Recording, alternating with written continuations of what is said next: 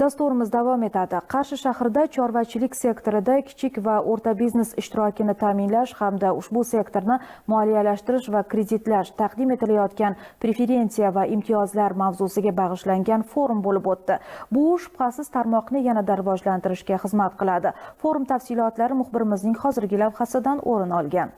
Mazkur forumda kichik va o'rta biznesni rivojlantirish, davlat tomonidan taqdim etilayotgan preferensiyalar va imtiyozlardan unumli foydalanish, ilm-fan integratsiyalashuv va zamonaviy texnologiyalarni ishlab chiqarishga qaratilgan masalalar muhokama qilindi.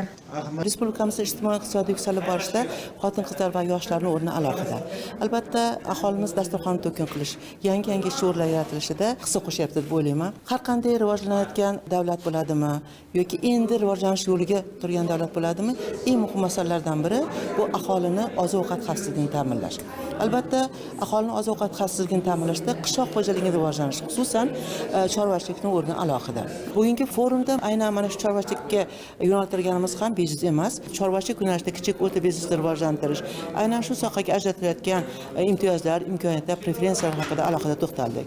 Shuningdek, forumni tashkil etishda Qishloq xo'jaligi vazirligi, Qishloq xo'jaligi vazirligi huzuridagi veterinariya va chorvachilikni rivojlantirish qo'mitasi, Kasaba uyushmalari federatsiyasi va uning agrosanoat xodimlari uyushmasi tomonidan hamkorlikda o'tkazildi.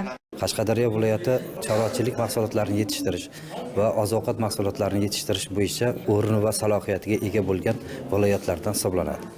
Mana shu chorvachilik mahsulotlarini yetishtirishning asosiy qismi aholi xonadonlariga to'g'ri keladigan bo'lsa, aholi xonadonlarida yetishtiriladigan qishloq xo'jaligi va chorvachilik mahsulotlarini qayta ishlash bugungi kunning eng dolzarb muammolaridan biri sanalib kelmoqda. Qayta ishlashni to'liq yo'lga qo'yganimizda yil davomida aholiga yetishtiriladigan oziq-ovqat mahsulotlarimiz stabilni o'zgarishsiz narxlarda aholiga yetib boradi. Bu bilan bir qatorda kichik biznes subyektlarini kam foizli kreditlash va ularning faoliyatini to'liq yo'lga qo'yishni maqsad qilganmiz.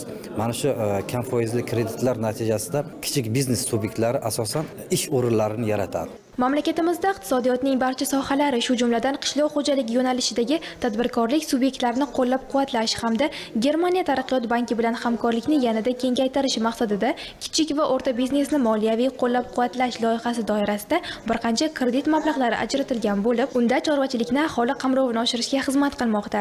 Bir kunda 15 tonnagacha sutni qayta ishlaymiz. Bundan tashqari 10 dan ziyod mahsulot ishlab chiqaramiz. Qaymoq, sir, brinza kabi. Sutni asosan aholi qoramollardan olinadi va chorvachilik fermer xo'jaliklaridan shartnoma asosida sut qabul qila olamiz.